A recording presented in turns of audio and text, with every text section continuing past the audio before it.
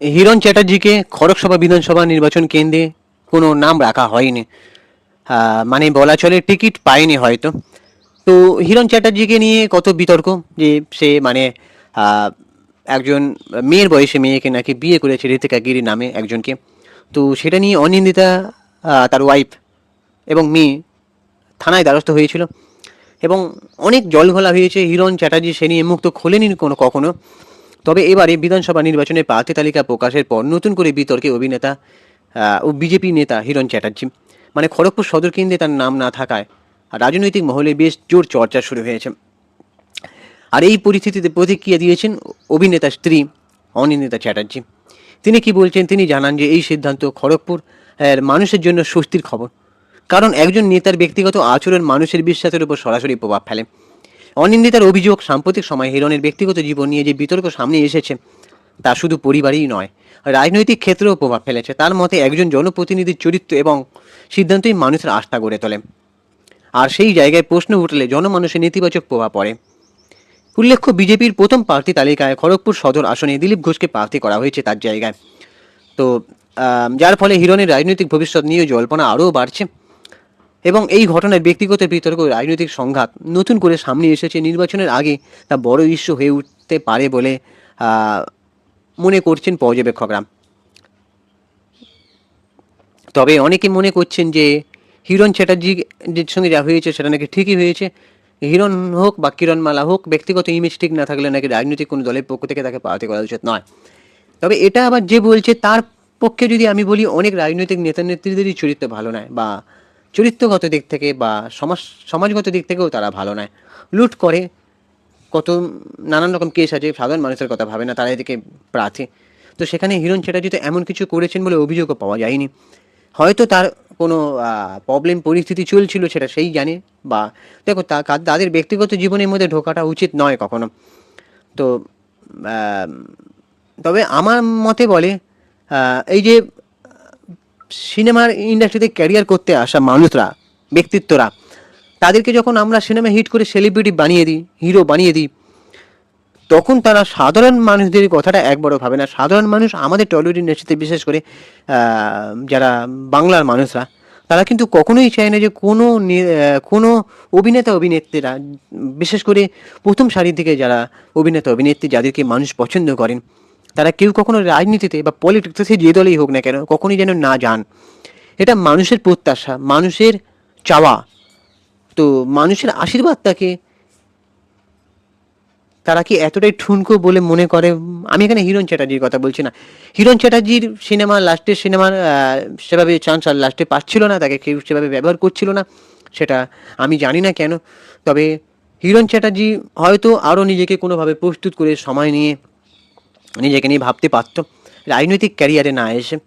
তো হিরণ চ্যাটার্জি ছাড়া আরও যারা বড় বড় অভিনেতা অভিনেত্রী, যারা প্রথম সারি থেকে নাম, তাদের তো কী নানি, তাদের সিনেমা এখন চলছে মোটামুটি ভালো, বা তাদের কোনো কিছুর অভাব কমতে নেই। কিন্তু তারা যেখানে রাজনীতিতে চলে যাচ্ছে, এই যে কোয়েল মল্লিককে এতটা কিন্তু আমি মানে বিশ্বাস করেছিলাম আমরা সাধারণ মানুষরা, তাকে নাটের গুরু সিনেমা হিট করে পরপর হিট দিয়েছে, সে কাদের জন্য? সেটা দর্শকদের জন্য, দর্শকরা হিট করেছে বলে। কিন্তু সে সাধারণ মানুষদের এভাবে মুরগি বানালো।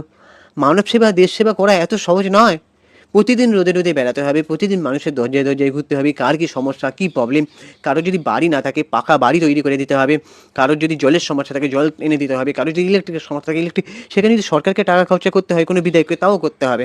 আর শুধুমাত্র বিধায়ক হয়ে গেলাম মানে সামান্য কটা কাজ ভোটের আগে প্রচারে প্রচারে গেলাম, তা কিন্তু নয়। মানব সেবা মানে এটাই যে তোমার নিজের প্রাণ ঢেলে তুমি মানুষের প্রতিদিন রোগীর চিকিৎসা নিয়ে বলো, যে কোনো কিছু নিয়ে তুমি ভাবছো। শুধুমাত্রই একবার করে পার্লামেন্টে গেলাম বা গেলাম না, আর ভোটের আগে প্রচার করলাম, এটাকে মানব সেবা দেশ সেবা বলে না। মানব সেবা দেশ সেবা, যারা বড় বড় সেলিব্রিটি, তাদের কিন্তু এমন ক্ষমতাও আছে যে যেখানে চিকিৎসা পাচ্ছে না সেখানে কিছু টাকা ডোনেট করা, বা কোনো মানুষের ত্রাণ শিবিরে ত্রাণ সামগ্রী দেওয়া, বা মানে কোনো শিশুর বাঁচতে পারছে না সেখানে দান করা, বা টলিউড ইন্ডাস্ট্রিতে যদি এখন অভিনেতা অভিনেত্রীদের কথাই ধরি, তাদের যখন কোনো কিছু প্রবলেম হয় সেটার দায়ভার নেওয়া। তো অনেক কাজ আছে, সেগুলো একটাও কি করবে? আর যারা বলছে দেশ সেবা করবো, মানব সেবা করবো, তারা জানেই না যে এই দেশের আয়তনটা ঠিক কতটা, দেশের জনসংখ্যা ঠিক কতটা, দেশে কতগুলো রাজ্য, প্রত্যেকটা রাজ্যের আয়তন কত, দৈর্ঘ্য কত। এত কিছু তারা জানে, তারা যে বলছে দেশের সেবা করবে। হ্যাঁ, মানে আমি ভাবতে পারছি না, মানে শুধুমাত্র যারা পলিটিক্যাল চিন্তাভাবনা মানে মানে শুধুমাত্র সিনেমার প্রচার ছাড়া যাদের পোস্ট চোখে পড়তো না, আর কোনো আর্যিকর ঘটনা নিয়ে যারা প্রতিবাদ করতো না, পোস্ট একটা লিখতো না, তারা বলছে আজকে রাজনীতির স্বাধীনতাতে আমি মানুষের সেবা করার সুযোগ পেয়েছি, আমি এবার দেশ সেবা করবো। হায় হ্যাঁ, কি ন্যাকামি বাবা রে বাবা। হ্যাঁ, আমার দেখো ওপরে ভগবান আছে, সত্যের জয় হবে, আর ভগবান সব হিসাবটা নেবে, পরিষ্কার কথা। তোমার নিজের স্বার্থসিদ্ধি কার্যসিদ্ধি ভগবানের চোখে ফাঁকি দেওয়া এত সোজা নয়। সো হিরণ চ্যাটার্জির কথাটা আমি যদি বলি, এখন হিরণ চ্যাটার্জি পাওয়াতে হয়নি, কী হয়েছে, সে যদি সত্যি মানুষের জন্য কাজ করতে চায় করবে। রাজ্যসভার টিকিট, বিধানসভার কোনো ভোটের আগে টিকিট পাওয়া না পাওয়া মানে এই নয় যে আর কোনো কাজ করা যাবে না মানুষের জন্য। স্বার্থসিদ্ধির কথা ভেবে মানুষের জন্য কাজ করে যাওয়া হিরণ চ্যাটার্জি যদি মনে করে সিনেমা নিয়ে ফিরতে পারে, তো চেষ্টা করতে পারে।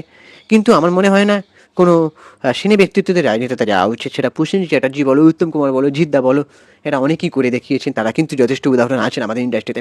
তো যাই হোক, একটা কথা মনে রাখবে যে প্রসেনজিৎ চ্যাটার্জি হয়তো সিনেমা ইন্ডাস্ট্রি নিয়ে এত বছর ভেবেছিল বলে 40 বছর ধরে টিকে সে পদ্মশ্রী পেয়েছে। তার আগের অভিনেতারা পায়নি কেন, বা তার আগের অভিনেতারা টিকে নেই কেন? তার মধ্যে নিশ্চয়ই তাদের মধ্যে কোনো কিছু পলিটিক্যাল চিন্তা ভাবনা ছিল যে কীভাবে সেখানে গিয়ে স্বার্থসিদ্ধি করবো, তাই ছিল। তার মানে ভাবো, যারা করছে তাদের আরও তো সময় পড়ে আছে, 40 বছর 50 বছর হোক, তারপর তো বুঝবে। সো যাই হোক, তোমাদের কি মতামত অবশ্যই কমেন্ট করে জানাও। এই ভিডিওটার মাধ্যমে কাউকে আঘাত করা বা অ্যাটাক করা নয়, কিছু কথা বলছি যেটা ভুল যেটা ঠিক সেটা নিয়ে আলোচনা করা। এবার তোমাদের কি মনে হয় তোমরা অবশ্যই কমেন্ট করে মতামত জানাতে পারো। আমাদের ইউটিউব চ্যানেলটাকে সুপ্রিয় প্রতাল সিনে মিডিয়া সাবস্ক্রাইব করে দাও। ইউটিউবে সাবস্ক্রাইব করার সাথে ইনস্টাগ্রামে গিয়ে ফলো করে দাও সুপ্রিয় প্রতাল সিনে মিডিয়া, অথবা চিঙ্কি বাবু 2531। ভিডিওটাতে একটা লাইক দাও। টাটা।